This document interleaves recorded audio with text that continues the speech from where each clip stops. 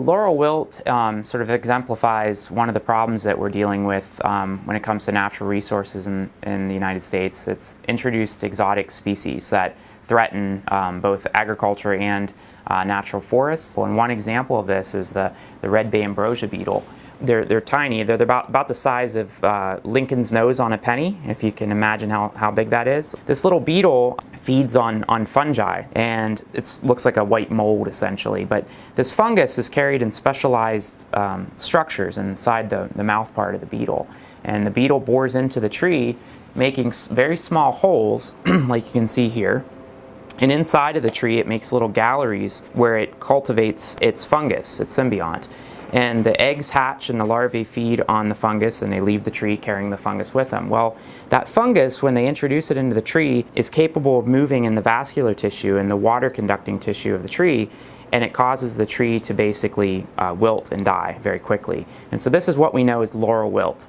And so we're trying to better understand the mechanisms by which this is happening and figure out how we can maybe manage this and keep this from causing all the impacts that it's causing to our native forests. There's a lot of different approaches that we can take, and we're sort of looking at it from a holistic, whole system approach that involves a lot of different collaborators. You need a combination of people that each understand the components and also the whole. And so then we have a plant pathologist. And then we have people who study tree physiology and who study the interactions between the fungus and the tree and the beetle. And we have entomologists who specialize on where the beetle came from, how it's related to others. Are others going to do the same? But you also have entomologists that study the behavior of the beetle, that study how it's sniffing around and smelling the trees and deciding which tree to attack and which trees to just pass. Lots of people are needed to even understand how it works.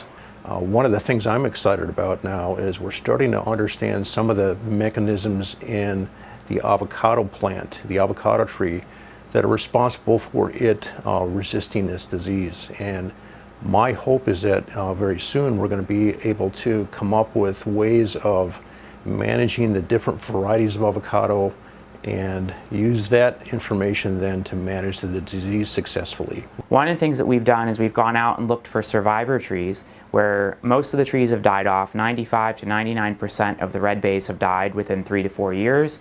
And we look for those rare surviving trees, those individuals that are still alive after the disease has basically wiped out everything else. And then we have vegetatively propagated those trees by taking cuttings and then growing new trees from those cuttings.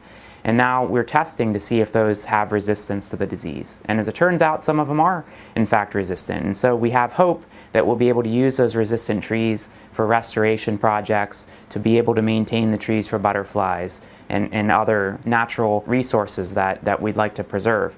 The more we learn about this disease, the more difficult we realize it's going to become to manage it.